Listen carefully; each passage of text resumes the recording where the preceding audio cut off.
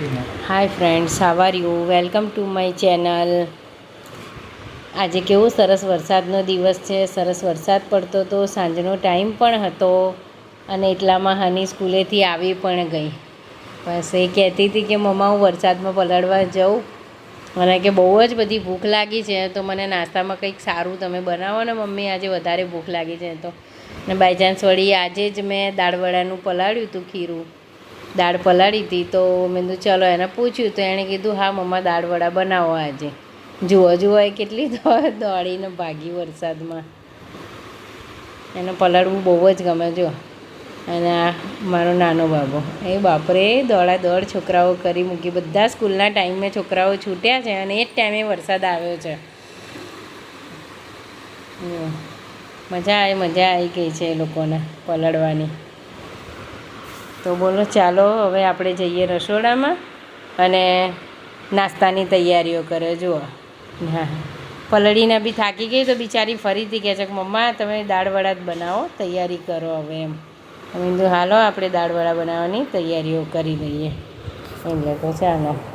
તો દાળવડામાં છે આ જો મરચાં, લીલા મરચાં, ધાણા, અડધો 1 ઇંચ જેટલું આદુંના કટકા કર્યા છે ને લસણ છે.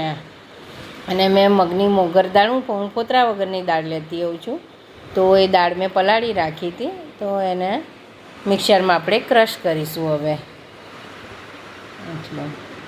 અને મિક્સરમાં ક્રશ કરી અને પછી આ રીતનું અડધું બહુ એકદમ ઝીણું નહીં દળી દેવાનું, કરકરું રાખવાનું ખીરું, કે જેથી આપણે કરી શકીએ દાળવડા, આપણને વડા મૂકતા ફાવે એ રીતનું. અને પછી મેં મસાલો, આપણે જે મસાલો આદું, લસણ, મરચાં અને એ બધું જે મિક્સરમાં ક્રશ કર્યું હતું એ બધું પછી એ ખીરામાં નાખ્યું છે. અને પછી ઉપરથી મેં ખૂબ ખાસા બધા ઘણા લીલા ધાણા નાખ્યા છે.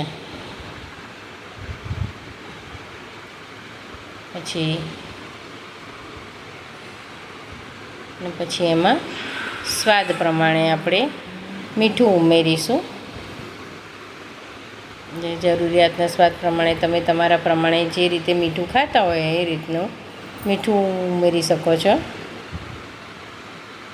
અને થોડું પછી મેં ખાવાનો સોડા ઉમેર્યો હતો, આટલો ચપટી ખાવાનો સોડા ઉમેરેલો છે, બરાબર. પછી ત્યારબાદ થોડું પાણી ઉમેરી અને આ જે સાઈડમાં વાડકીમાં મેં જે આખી દાળ થોડી કાઢી રાખી હતી એ બી એનાથી થોડુંક ક્રંચ જેવું લાગતું, સારા લાગતા હોય છે મને. પછી ખીરું ખૂબ જ હલાવવાનું, 5-1 મિનિટ સુધી ખૂબ હલાવી અને પછી આપણે અને સાઈડમાં પછી મેં તેલ ગરમ થઈ ગયું છે હવે, અને આપણે ધીરે ધીરે 1 બાય 1 દાળવડા મૂકવાની શરૂઆત કરી દીધી છે. તો જુઓ કેવો સરસ તળાઈ રહ્યા છે અને ધીરે ધીરે પછી જાતે જ ઉપર તળાશે, ધીરે ધીરે ઉપર આવી જશે પછી, બરાબર. તો ધીરે ધીરે પછી બધા વડા મુકાઈ રહ્યા છે. અને એક બાજુ સાઈડમાં હવે અમારા હનીબેને ચાની પણ ફરમાઈશ કરી દીધી છે કે મમ્મા જોડે ચા પણ બનાવો. તો પછી સાઈડમાં મેં ચા પણ રાખી દીધી છે. ચા અને વડા સરસ. વરસાદ ઘણો ફાસ્ટ પડતો હતો અને મજા આવે ચા અને વડા. વરસાદી વાતાવરણમાં ચા અને દાળવડાનો નાસ્તો ખાવો ખૂબ જ સારો લાગે છે. એટલે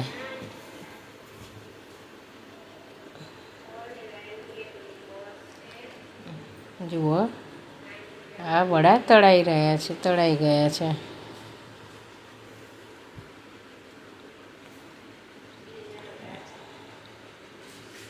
અને વારે વારે હની આવીને પૂછી રહી છે કે મમ્મા કેટલી વાર લાગશે, ક્યારે કરશો, ક્યારે બનાવી દેશો. તો જલ્દી ઘણી ભૂખી થઈ છે. તો આ જુઓ વડા બી તૈયાર થઈ ગયા છે, સાથે ડુંગળી સમારી છે અને મરચાં બી.